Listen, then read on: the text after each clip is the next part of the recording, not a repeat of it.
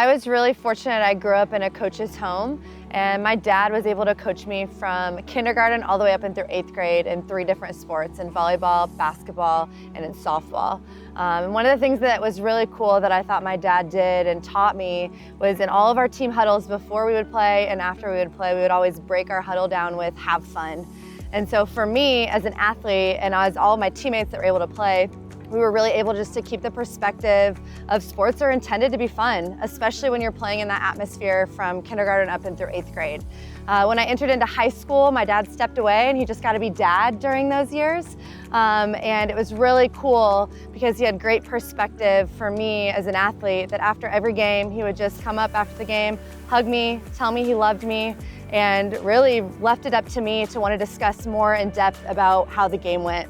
If I didn't bring it up, he didn't talk about it. He just got to be my dad in those moments. So as an athlete that was able to start playing sport at the age of 5, it's really cool to fast forward for me and see that still to this day in my mid-30s that I'm still in sport. And I really think that that's a reflection on how my parents raised me and what they made sport in our house. It was fun, it was something that was enjoyable, there wasn't stress surrounding it, there was no pressure to be anybody that I wasn't or to pursue things that I wasn't excited about. And so my parents' perspective the whole way, I think really has shaped why I'm still choosing to be in it in this stage of my life. They didn't put pressures on me for where I went to college. They didn't put pressures on me on any of those things regarding sport, on what sport I chose. They let me be the decider of that. And so it always was enjoyable. So now I'm still in it, and I hope that I can be the same for my athletes as they're playing. Yeah, I think that God really showed up through my dad and through his coaching of me in a handful of ways.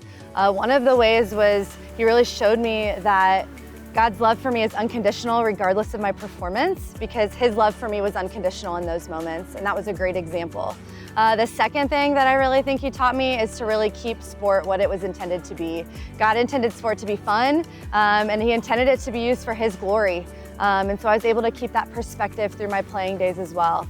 And lastly, as I still continue on and I'm a coach now, it really gets me to step back and think about how am I coaching my athletes? Am I creating a space for them that remains fun and that remains a space where they can glorify God?